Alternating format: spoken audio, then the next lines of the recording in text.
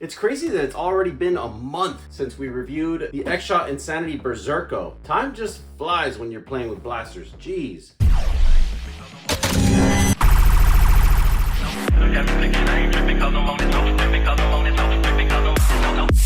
I finally got around to testing this big old bad boy. This is a very recognizable blaster with the big ring drum in the early pictures of Insanity when they were first advertising it. You got your basic underpump blaster advertising elevated performance over what we've seen so far in Excel and Skins. This is officially the fourth blaster of the Insanity line that we will have reviewed. We only have the Manic left to review, which is kind of like a griefer in a way. Single shot front loader. So the four big primary blasters will have been reviewed by us already. Very cool aesthetic in the box, just like with the Berzerko. We got that glossy print on the blaster. Everything else is like a matte finish. Insanity is in gloss and a 3D texture. I like it when a company goes out of their way to make just the presentation that much more extra. It shows the community that they're putting in the extra effort to give us a quality product. Without further ado, let's tear this thing out of this box, see what it brings to the table, maybe do a little performance test or two, and then give our final impressions. Let's get it, guys. All right, guys, included in the box, you have your core blaster, one Insanity adapter, two of these Picatinny clippable dart holders, and you have one of these rectangular Picatinny clippable dart holders as well. Assembly of these half moons is really easy. You literally just pop them in like this, and they just snap together. Now, you could either insert it in the channel of the blaster like this, or you could just open it up and then drop the entire pre-assembled ring in there like I'm about to do right now. Just like that. You do want to make sure that it's locked into place so that there's no issues. Oh man, that is smooth. I really like that. I ended up liking this a lot more than I thought I was. It's a lot smoother.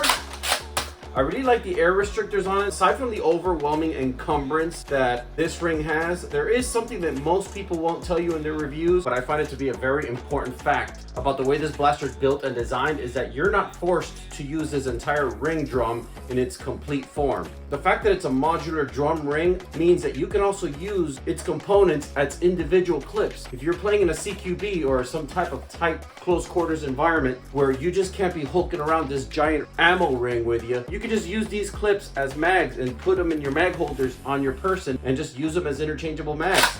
And they'll fire just like using a clip system. I really like that. And it makes the blaster have a little bit more of a smaller profile and better form factor for wielding in tight spaces, as I mentioned. There are a total of 6 of these clips, which make up this entire ring in total. Of course, if you just want to go buck crazy on an HVZ battle, you're gonna want the ring. The ring in its entirety is probably one of the higher capacity rings I have seen on Springer blasters. Of course, there's the argument that the Alpha 72 from Busby Adventure Force has 72, but that is also a motorized flywheeler. This is a underpump action Springer. The only way they were able to probably do this is by having this big ring here in the way. Otherwise, you would have had to have a very larger blaster by moving the grip and the stock area back, so it would no longer be a smaller SMG/carbine style blaster. It would be more of a rifle style blaster like the Alpha 72. So I think the idea that they came up with innovating this large hollow ring where you're able to operate the blaster's prime right through it was completely ingenious. Enough about the aesthetics of the blaster. Let's go see how it performs.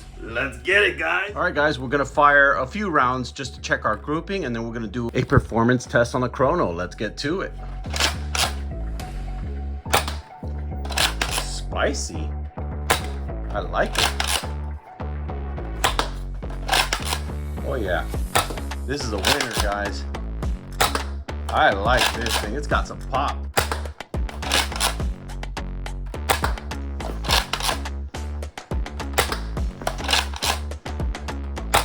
Oh yeah, this thing definitely got some pop. Let's see what she's doing on the chrono, guys.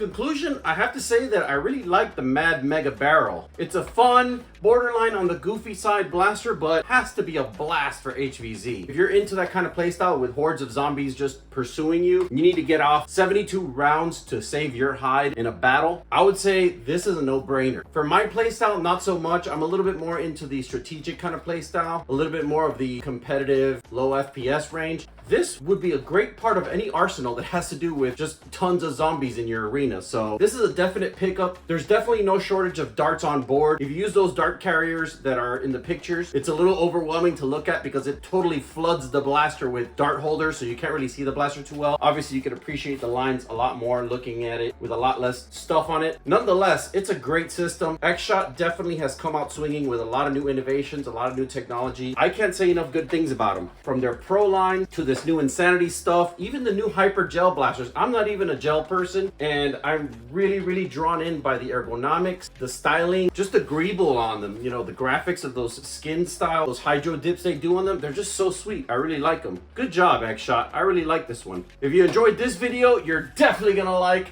this one. I'll catch you on the next one. Stay blasting, foam fam.